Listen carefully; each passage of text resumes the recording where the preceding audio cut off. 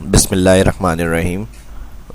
Main एक database है और उसके अंदर अलग अलग नाम हमारे पास एंट्री हुए हैं। उन नाम के हिसाब से जितने नाम हैं हमें अलग अलग डाटा वर्कशीट बनानी है, उतनी ही जितने नाम हैं, और सेपरेट सेपरेट मंथ के हिसाब से अलग अलग शीट्स पे डाटा आ जाए। तो ये किस तरह से होगा, पहले देख लें डाटा है क्या और फिर किस तरह से करेंगे इसको ईजिली तरीके से, ये मैं आज आपको बताऊंगा। तो चलिए शुरू करते हैं। माइक्रोसॉफ्ट एक्सेल को ओपन करेंगे।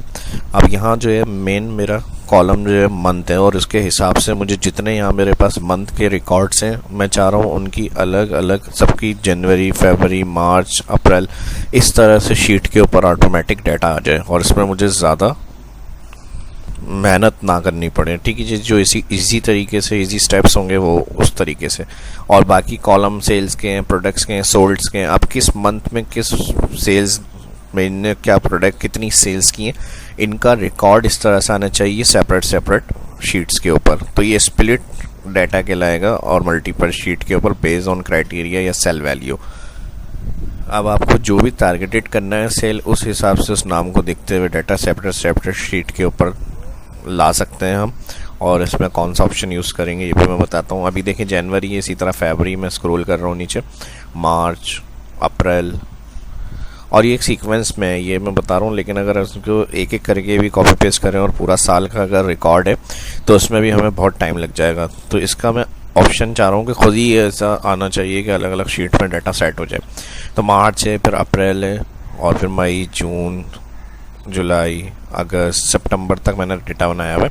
जैसे एक मेन डेटा एंट्री होती है, आप डेटा करें, टाइप करें एंट्री, उसके बाद उसको रिपोर्ट बनानी है, एनालाइज करना है कि भाई आप उसको अलग अलग शीट्स के ऊपर बताएं क्या सेल्स में हैं, क्या प्रोडक्ट्स हैं, कितनी सोल्ड हुई हैं किस मंथ के अंदर। तो इसको हमें सेपरेट सेपरेट शीट पे चाहिए। तो इस कंडीशन में क्या किया जाएगा, अच्छा ये भी मैं बता दूं, यहाँ मेरे पास सीक्वेंस में डेटा है। अगर आपका सीक्वेंस में नहीं भी है, जैसे सितंबर है, फिर अगस्त है, और फिर जुलाई है, फिर जनवरी है, फिर जून है, इस तरह मिक्स हुआ हुआ है, यानी डेटा एंट्री हमने बस टाइपिंग करी हुई है और उसको हमें जो है क्या कहते हैं इस तरह से चाहिए कि अलग अलग शीट में ऑटोमेटिक आ जाए। तो इसके लिए हम यूज़ करेंगे इंसर्ट मेन्यू के अंदर पिवोट टेबल। अब जो मैं ऑप्शन बताने जा रहा हूँ उसको देखते हैं। इंसर्ट में जाएंगे, पिवोट, जैसे ही ओके करेंगे यहाँ रेंज पूछेगा। ये मेन डेटाबेस शीट का नाम मैंने रीनेम किया है और A1 से डेटा जो मेरा मौजूद है, लास्ट रॉ नंबर D201, ये बनी हुई रेंज आ गई। न्यू शीट पे बनाना है या एग्जिस्टिंग वर्कशीट, इसी पे तो न्यू पे बना लेते हैं। ओके करेंगे। जैसे ही ओके करेंगे तो मेन एक ये डेटा था हमारा जिसमें डेटा एंट्री थी, और शीट पिवोट शीट जो है अलग न्यू शीट ऐड हो गई हमारे पास। अब इसमें डाटा डायरेक्ट ऑन नहीं होगा, यहाँ से फील्ड्स होती हैं, इसके अंदर डाटा को सेट करते हैं, फिल्टर को मंथ में ड्रैग करेंगे। अब जो टारगेटेड रखना है नाम, जिससे आपको जिस सेल वैल्यू से आपको डेटा सेपरेट अलग अलग शीट पे लेके जाना है, मुझे मंथ वाइज चाहिए। ठीक है जी, तो मैंने उस हेडिंग्स को उठा के फिल्टर में सेट कर दिए और फिर सेल्समैन ये सेट करेंगे पहले सारी चीज़ें, उसके बाद कौन सा ऑप्शन करेंगे इसमें अलग अलग शीट पे लाने के लिए वो मैं बताऊंगा। तो सेल्समैन उठाएंगे, जैसे ही आप यहाँ पर ड्रैग करेंगे तो डाटा शो होना शुरू हो जाएगा। ठीक है जी, अब इसके बाद प्रोडक्ट्स हैं, प्रोडक्ट्स उठाएंगे और कॉलम्स में रख देंगे। तो इस तरह जितनी प्रोडक्ट्स होंगी उनके सारे नाम यहाँ कॉलम्स के अंदर आ गए। किसने कितनी सेल की हैं, सोल्ड मतलब सेल हुई क्वांटिटी, तो यहाँ से उठाएंगे उसको हम वैल्यू में रख करेंगे। तो इन सब की इंफॉर्मेशन आ जाएगी किस प्रोडक्ट की किस सेल्समैन ने कितनी क्वांटिटी सेल करी। और पिवोट टेबल में लास्ट के अंदर यहाँ पर ग्रैंड टोटल भी आ रहा होता है हर उसका। ये काम कर लेंगे। उसके बाद ट्रैक डाउन पे आएंगे तो यहाँ पे भी इसका सम आ रहा होगा। लेकिन अब हमें ये डाटा चाहिए हर अलग अलग शीट के ऊपर ऑटोमेटिक आ जाए, तो वो किस तरह से होगा। ठीक है जी, एक और यहाँ पर क्लियर कर दूँ ऑप्शन, अगर आप यहाँ पे कुछ एंट्री को चेंज करते हैं तो ये ऑटो अपडेट नहीं होती। जैसे मैं कुछ वैल्यू को यहाँ पे चेंज कर लेता हूँ, और जो भी चेंजेस आप कर रहे हैं उसमें अपडेट करने के लिए पिवोट में यहाँ पे इसके मेन्यू आता है, एनालाइज डिज़ाइन, एनालाइज में जाकर यहाँ से आप कर देंगे रिफ्रेश चेंज, रिफ्रेश ऑल कर दें यहाँ से। तो जो भी एंट्री होंगी सारी वैल्यू चेंज हो जाएंगी। अब बात आ जाती है सेपरेट शीट पे किस तरह से आएगा। ये काम इतना कर लेंगे, पिवोट टेबल अप्लाई करेंगे डाटा के ऊपर, और पिवोट टेबल अप्लाई करने के बाद जिन फील्ड्स के अंदर जो डाटा सेट करना है, ये जो इसकी एनालाइज में फील्ड लिस्ट अगर नहीं आ रही है यहाँ से आप ऑन कर सकते हैं। इसमें इन चीज़ों में जो आपको फील्ड्स दी हुई हैं, drag fields between areas below, तो इन फील्ड्स के अंदर फिल्टर कॉलम्स वैल्यू रॉ में डाटा सेट करेंगे, और ये काम करने के बाद यहाँ से इसको क्लोज कर दिया मैंने। एनालाइज में ही हमारे पास यहाँ एक ऑप्शन दिया हुआ होता है एनालाइज। जब पिवोट टेबल में कर्सर होगा तो इसके जो मेन्यू आ रहे हैं इसमें एनालाइज के अंदर यहाँ ऑप्शन में जाएंगे, एक ऑप्शन दिया हुआ होता है शो रिपोर्ट फिल्टर पेजेस। ठीक है जी, इस ऑप्शन के ऊपर क्लिक करने से हमारा जितना रिकॉर्ड होगा सेपरेट शीट्स के ऊपर ट्रांसफ़र हो जाएगा ऑटोमेटिकली। तो इसको अब करके देखते हैं इस पर क्लिक।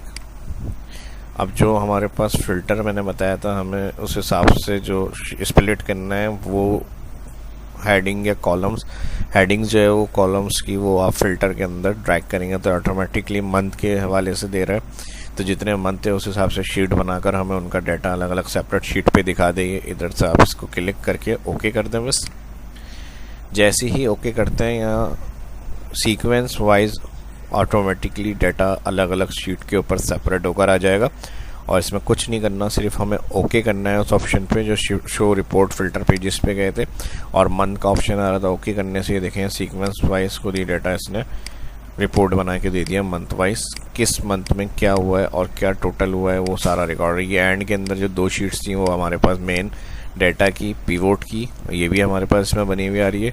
और फिर जितने मंथ है मंथ वाइज देखें सारे फिल्टर हो गए, यहाँ पे रिकॉर्ड हमारे पास आ गए कि इन एम्प्लॉइज़ ने जनवरी के अंदर ये प्रोडक्ट इतनी सेल करी है और कितनी हमारी क्वांटिटी सेल हुई है ये, और इसका टोटल हमारे पास आ गया है यहाँ पे। और यही नहीं, इसको और मज़ीद अपने हिसाब से आप सेट कर सकते हैं। इसने तो मंथ वाइज डाटा सेपरेट करके दे दिया जो बहुत मुश्किल था शायद नॉर्मल हमारे लिए करना, लेकिन इस ऑप्शन से हमारे पास आसानी से ये काम हो गया। अब इसमें और मज़ीद आप काम कर सकते हैं, यानी इसमें जैसे मंथ सारे ऑल चीज़ों के आ रहे हैं, हमें सिर्फ क्वांटिटी एम्प्लॉय के साथ चाहिए कि कितनी इसने हमारी कितनी प्रोडक्ट सेल करी है इस मंथ में जनवरी में इन सारे एम्प्लॉयज़ ने। तो आप इन चीज़ को, ये जो फील्ड लिस्ट आ रही है यहाँ से मैंने क्लिक करके ऑन करी है, मैंने बताया था यहाँ से दोबारा ला सकते हैं। और सेपरेट शीट के ऊपर भी आप अलग अलग फ़िल्टर यूज़ कर रही है, यानी पिवोट को यूज़ कर सकते हैं। जैसे प्रोडक्ट्स उठाए, अब ये मुझे नहीं चाहिए, मुझे सिर्फ क्वान्टिटी देखनी है हर सेल्समैन की क्या क्वान्टिटी है, तो यहाँ से उठा के इसको यहाँ पर छोड़ दें लगे बाहर। तो यहाँ पर जो प्रोडक्ट इन्होंने टोटल सेल्स करी होंगी सिर्फ क्वांटिटी उनकी बताएगा उनके नाम के साथ जिन एम्प्लॉय ने टोटल क्वांटिटी सेल करी है। तो जिस तरह से जो चीज़ें आपको चेक करनी है वो आप इस तरह से फ़िल्टर करके आप अप्लाई कर सकते हैं। अब इसी तरह अगर आप चाह रहे हैं कि सिर्फ प्रोडक्ट्स के नाम आए, सेल्स के नाम नहीं आए, जनवरी में कितनी प्रोडक्ट सेल्स हुई हैं, तो सेल्स में इनको उठा के यहाँ ड्रैग करें, प्रोडक्ट को उठा के रॉस में लिया है। तो इस तरह जो जनवरी में हमारी प्रोडक्ट सेल्स हुई हैं उस तरह से भी आपकी रिपोर्ट बन सकती है। ठीक है जी, तो सेल्समैन को टारगेटेड रखना है, कोई उनको परफॉर्मेंस अलाउंस या फिर इस तरह से कोई बोनस वगैरह देना है तो उनका रिकॉर्ड देख सकते हैं, वो भी आप चेक कर लें। यहाँ से जो क्राइटेरिया आप देंगे वो रिपोर्ट आएगी। इसी तरह प्रोडक्ट्स के हवाले से चेक करना है कि भाई कितनी प्रोडक्ट सेल्स हुई थी इस मंथ में सेपरेट शीट्स के ऊपर, तो आप इस तरह से हर शीट को इस तरह से अलग अलग चेक करने के लिए सेट कर सकते हैं रिकॉर्ड को। तो ये पिवोट टेबल का जो ऑप्शन होता है ऑटोमेटिकली सारी चीज़ें आपको यहाँ पर इस तरह से दिखा देगा।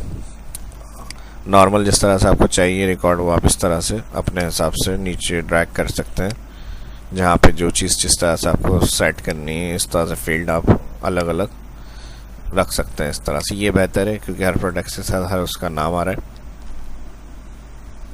और इसके अलावा भी अगर आप जैसे फार्मूला इसमें सम आ रहा है इस कॉलम की इतनी प्रोडक्ट्स जनवरी में टोटल ये सेल हुई, इस प्रोडक्ट की टोटल जनवरी में ये सेल हुई, तो इसको आप मैक्सिमम या मिनिमम या एवरेज या प्रोडक्ट सम की जगह अगर चेंज करके देखना चाह रहे हैं सबसे हाईएस्ट किस एम्प्लॉय ने सेल करी है, उसके यहाँ पर एंड में हाईएस्ट जो सेल्स प्रोडक्ट है वो आए, right click value field setting में यहाँ फंक्शंस दिए हुए हैं हमें, और इसमें सम काउंट एवरेज मैक्स मिनिमम देख सकते हैं। मैक्स चाहिए सबसे जो ज़्यादा होगा प्रोडक्ट्स की किसी ने सेल किए उसके एंड वैल्यू में मैक्सिमम वैल्यू आएगी। तो इसको यहाँ से फार्मूले को सिलेक्ट करके ओके, तो 470 इस प्रोडक्ट की सेल हुई, 470 की किसने सेल्स ये इन्होंने की है। ठीक है जी, तो हर प्रोडक्ट की आप 499 इन्होंने करी है, ये इनका नाम आ रहा है यहाँ पे। ठीक है जी, तो इस तरह maximum max minimum average value field setting से फार्मूला डिफ़ॉल्ट सम होता है, और अगर इसको चेंज करना है तो अपने हिसाब से हम यहाँ नाम फार्मूला को सिलेक्ट करके चेंज कर सकते हैं, ओके कर सकते हैं। मज़ीद और पिवोट टेबल के हवाले से जानना चाह रहे हैं, देखना चाह रहे हैं तो मेरे शाह इस्लाम यूट्यूब चैनल पहले भी काफ़ी अपलोड किए हुए हैं इसके टॉपिक, वो आप कंप्लीट वॉच कर सकते हैं। इसमें जो मुझे बताना था वो स्प्लिट करने का तरीका बताना था अलग अलग शीट पे, और जिस कॉलम को टारगेट करते हुए हमें करना है वो मैंने बता दिया। उम्मीद करता हूँ वीडियो आपकी हेल्पफुल रही होगी और वीडियो अच्छी लगी होगी। वीडियो अच्छी लगी तो लाइक करें ज़्यादा से ज़्यादा, फर्स्ट जो देख रहे हैं चैनल को सब्सक्राइब करें और अपने दोस्तों के साथ भी सोशल मीडिया पर इस वीडियो को लाजमी शेयर करें। शाह इस्लाम को इजाज़त दीजिए। इसके हवाले से कोई क्यूरी है तो वीडियो की डिस्क्रिप्शन में कमेंट में पूछ सकते हैं। अपना ख्याल रखें। अल्लाह हाफिज़।